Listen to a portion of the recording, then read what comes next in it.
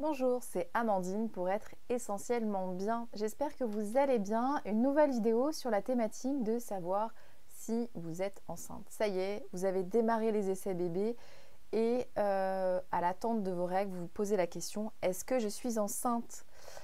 Alors, je vous en dis plus tout de suite. Juste avant, je vous invite à vous abonner à ma chaîne, à activer la petite cloche pour recevoir toutes les notifications pour avoir les prochaines vidéos dès qu'elles sortent et commenter et liker cette vidéo.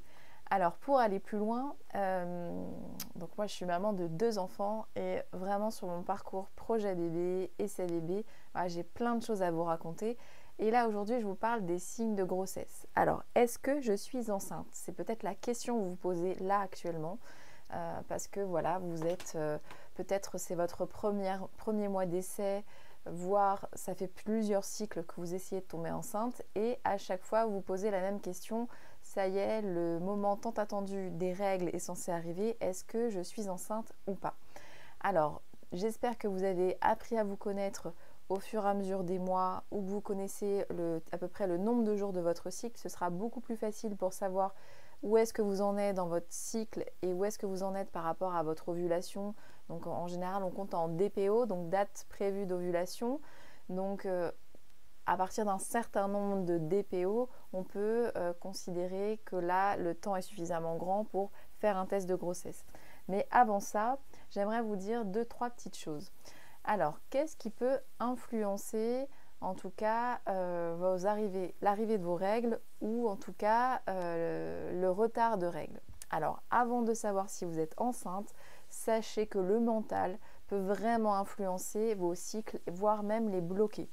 Alors, ça m'est arrivé et je connais pas mal de femmes autour de moi à qui c'est arrivé où en fait on a tellement envie de tomber enceinte qu'en fait on arrive à bloquer son cycle parce que en fait c'est comme si on faisait une fausse grossesse, le corps en fait se bloque et on considère que les jours de retard qu'on a sont liés à une grossesse alors qu'en fait pas du tout. Il suffit de faire le test de grossesse qui est forcément négatif à ce moment-là et pour que dans l'heure qui suit ou le lendemain, les règles arrivent. Donc il faut savoir que oui, ça arrive et que en fait c'est un signe, en tout cas c'est assez positif pour vous de savoir ça, c'est que c'est un signe que votre corps vous mettez trop la pression, sur votre corps, sur le fait de vouloir absolument tomber enceinte et du coup vous arrivez même à bloquer vos cycles. Alors aucune culpabilisation là-dessus, mais plutôt dites-vous ok, c'est un message que m'envoie mon corps, là il faut vraiment que je lâche prise, que je lâche la pression et que je me dise que voilà, je lâche prise et ça viendra quand ça viendra. Et plus je vais mettre de pression, plus je vais mettre de stress, plus potentiellement ça peut bloquer mon cycle et bloquer l'arrivée de mes règles. Donc si vous voulez être à l'écoute au maximum de votre corps, mais sans voilà, vous faire toute une montagne ou vous dire ah là c'est bon, c'est ce mois-ci, vous verrez bien. Voilà, laissez-vous le temps, faites des choses qui permettent de vraiment pouvoir vous relaxer, vous détendre sans vous mettre la pression aucune. Ça, ce serait le mieux pour vous. Là, je fais une petite aparté. J'ai créé un groupe privé Facebook. Donc, je vous encourage. Il y a le lien juste en dessous de la vidéo qui vous permet de vous inscrire si vous le souhaitez. C'est un groupe privé. Donc, vraiment, il n'y aura que au sein du groupe qu'on pourra voir tout ce que vous publiez ou les commentaires que vous pouvez publier. Donc, c'est vraiment anonyme par rapport au fait que personne d'autre le voit si vous êtes dans ce groupe privé.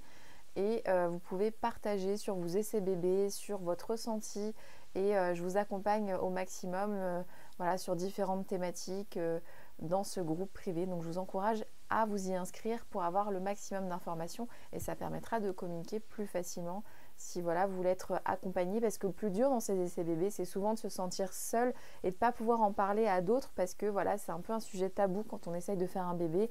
Voilà, on évite d'en parler aux copines, à ses parents, ou il y a très peu de personnes qui sont au courant. Et si vraiment vous voulez parler à d'autres personnes, d'autres femmes qui sont dans l'attente, une attente similaire pour tomber enceinte, ça peut être bénéfique pour vous. Donc sachez que voilà, j'ai créé un groupe privé Facebook spécialement pour aider les femmes à tomber enceintes. Je reviens ensuite sur, une fois que vous avez appris à écouter votre corps, mais sans vous mettre la pression, alors vous allez pouvoir avoir votre ressenti, mais sans l'interpréter. Parce que parfois, on ressent au plus profond de nous qu'il y a quelque chose de différent, sans forcément se monter la tête, mais se dire « Ah, tiens, peut-être que ce mois-ci c'est le bon. C'est tout, rien de plus. Et après, dans les différents signes que pourrait avoir, c'est par exemple, alors moi c'était véridique, à chaque fois que je suis tombée enceinte, j'avais la poitrine et les tétons hyper sensibles, mais vraiment hyper sensibles. Parfois, on peut avoir une petite fluctuation des sensations au niveau de la poitrine au moment du cycle, mais là, à chaque fois que j'étais enceinte, pour moi, c'était le premier symptôme, enfin le premier signe, c'était vraiment une poitrine qui avait pas doublé de volume, mais qui avait un volume plus conséquent et vraiment des tétons hyper sensibles. Voilà, à peine le frottement du sous-vêtement sur le téton et c'était hyper sensible. Donc peut-être que pour vous, ce sera un des symptômes qui sera voilà, présent au tout début. Ensuite, il y avait une augmentation d'envie de faire pipi. Alors oui, dès le début, moi j'avais une augmentation d'envie de faire pipi. Nausées matinales. Il y a beaucoup de femmes qui ont des nausées matinales parce que les fluctuations hormonales peuvent avoir cet impact sur votre corps. Moi, en l'occurrence, j'en avais pas eu, mais je ne suis pas du tout sujette aux nausées habituellement. Donc voilà, ça peut être un des symptômes. Ensuite, une fatigue plus importante. Alors ça, oui, une fatigue plus importante, en tout cas, j'en avais une. Parce que comme votre corps, il travaille à faire ce bébé, forcément, il a moins d'énergie, donc vous pouvez être plus fatigué. Ensuite, il y avait, donc forcément, il peut y avoir un retard de règles. Donc ça, c'est prévu, votre retard de règles, forcément. Mais il peut y avoir aussi comme des spottings, ou en tout cas de légers saignements qui peuvent être au moment de l'anidation. Donc ça veut dire au moment où l'œuf fécondé, votre ovule fécondé, va s'implanter dans votre paroi utérine. Ça peut créer un petit saignement voilà, localisé où vous pouvez penser que c'est un début de règle. Et en fait, non, c'est juste le moment de l'anidation qui se crée. Donc voilà, si c'est juste des petits spottings, peut-être que ça peut être l'anidation. Ensuite, il peut y avoir aussi une augmentation des sauts d'humeur, en tout cas des variations au niveau des émotions. Voilà, tout ça c'est lié aussi aux hormones. Et moi je sais que j'avais aussi ça, c'était alors des envies de manger des choses particulières, pas tout de suite, mais en tout cas une sensibilité aux odeurs plus importante.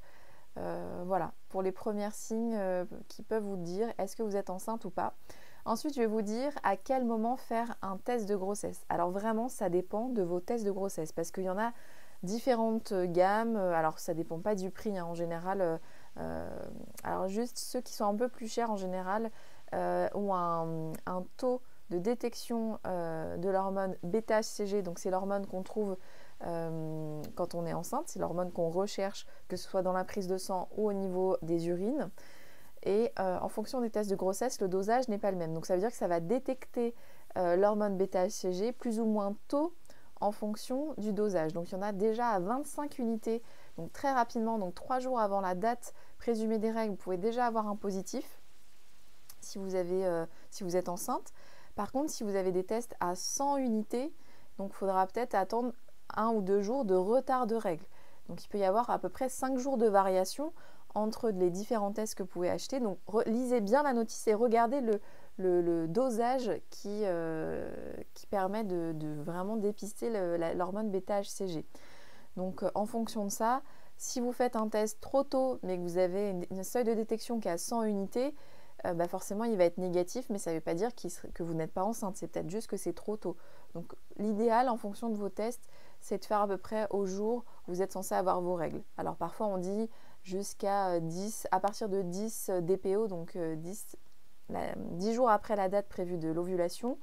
Mais comme on ne sait pas exactement toujours à quel moment on ovule, moi je vous conseillerais plutôt aux alentours de là où vous êtes censé avoir vos règles. Voilà. J'espère que ça vous aura appris plein de choses. Voilà, j'ai plein de vidéos prévues pour vous prochainement.